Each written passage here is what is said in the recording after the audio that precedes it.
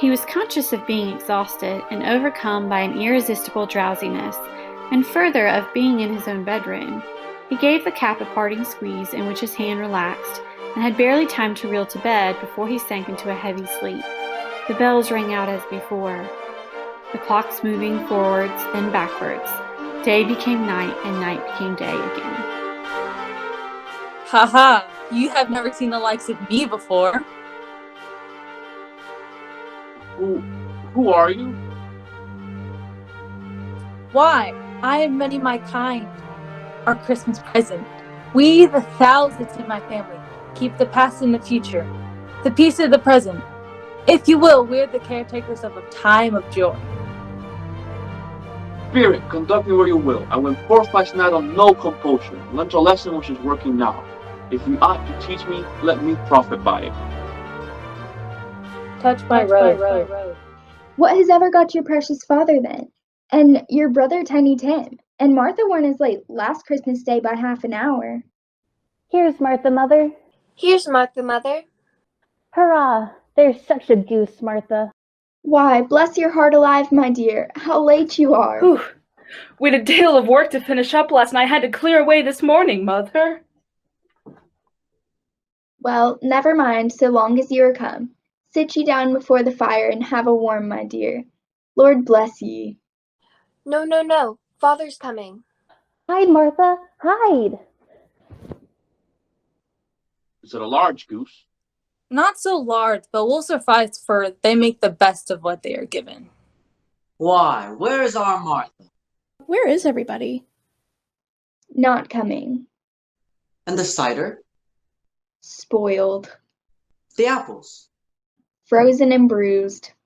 What about the goose? Burnt. Oh, and my children not coming up on Christmas Day? Oh, my children, how wonderful to have you all home. Mama, Papa, can we go see the stars? Yes, but hurry back. Who's that boy? Tiny Tim, the youngest and the bravest of the Cratchits. Why is his hand withered? A birth defect and no doctors to help him. Well, that the Cratchits can't afford. And how did little Tim behave? As good as gold and better. Somehow he gets so thoughtful, sitting by himself so much. And he thinks the strangest things you ever heard. He told me coming home that he hoped people saw him in the church because he was a cripple. And he thought it might be pleasant to them to remember, upon Christmas Day, who made lame beggars walk and blind men see. The stars, Mother, they were wonderful. Yes, Father. The stars were wonderful. So little cider for so many. A Merry Christmas to us all, my dears. God bless us. God bless us, everyone. Spirit, tell me if Tiny Tim will live. I see a vacant seat in the poor chimney corner, and a crutch without an owner, carefully preserved.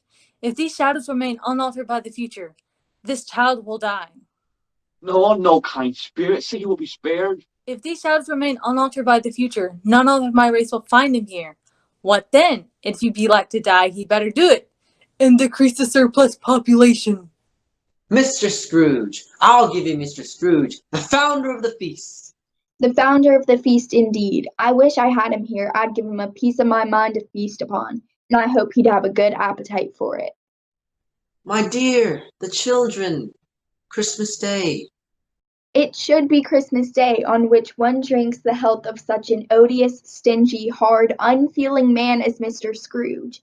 You know he is, Robert. Nobody knows it better than you do, poor fellow. My dear, Christmas Day. I'll drink his health for your sake and the day's, not for his. A Merry Christmas and a long life to him. He'll be very merry and very happy, I have no doubt. Can we have a song, Father? Of course. What would you like it to be, Tim? God rest you merry gentlemen. By this time it was getting dark and snowing pretty heavily. And as Scrooge and the Spirit went along the streets, the brightness of the roaring fires in kitchens, parlors, and all sorts of rooms was wonderful. The guests were assembling, people tripping lightly off to some near neighbor's house, the silence all in an indescribable glow. Christmas was a humbug as I live. He believed it too. More shame for him, Fred.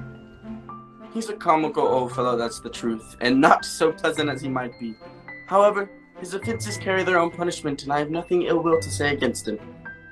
I am sure he is very rich. At least you've always told me so. What of that, my dear? His wealth is of no use to him. He don't do any good with it. He don't make himself comfortable with it. He hasn't the satisfaction of thinking that he's ever gonna benefit us with it. I have no patience with him. Oh, I have. I'm sorry for him. I couldn't be angry with him even if I tried.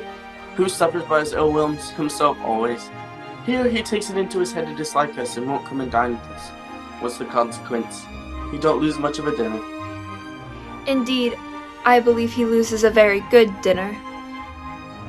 Well, I'm very glad to hear it, because I haven't great faith in these young housekeepers. What do you say, Topper? I, sir, am just a bachelor and outcast. Certainly I cannot express an opinion on the subject. Do go on, Fred. He never finishes what he begins to say. He's such a ridiculous fellow. I was only going to say that the consequence of him taking a dislike to us and not making merry with us is, as I think, that he loses some pleasant moments which could do him no harm. And I'm going to give him the same chance every year, whether he likes it or not.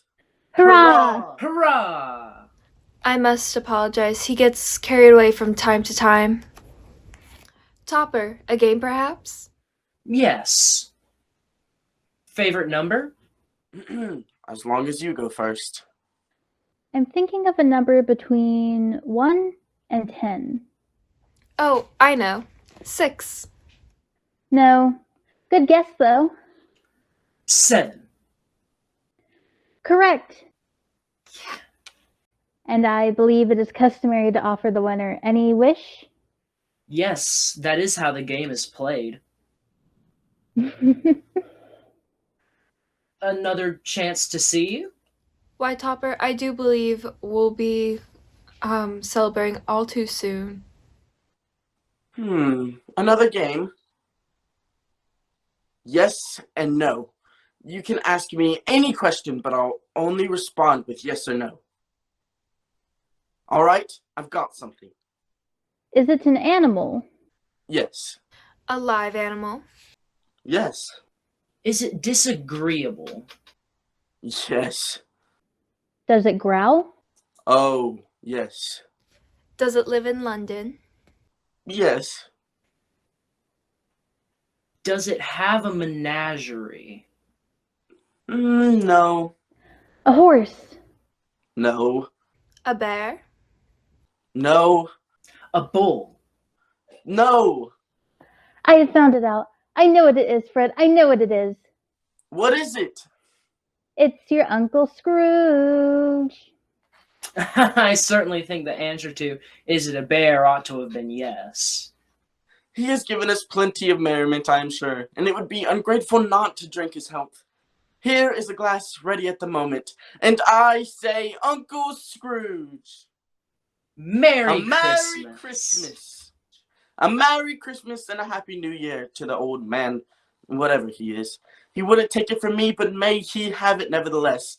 Uncle Scrooge. Our spirits' lives so short. My life upon this globe is very brief. It ends tonight. Tonight, Tonight! Hark! The time is drawing near. spirit, are they yours? They are man's. That boy is ignorance. That girl is want. Have they no refuge or resource? Are there no prisons? Are there no workhouses?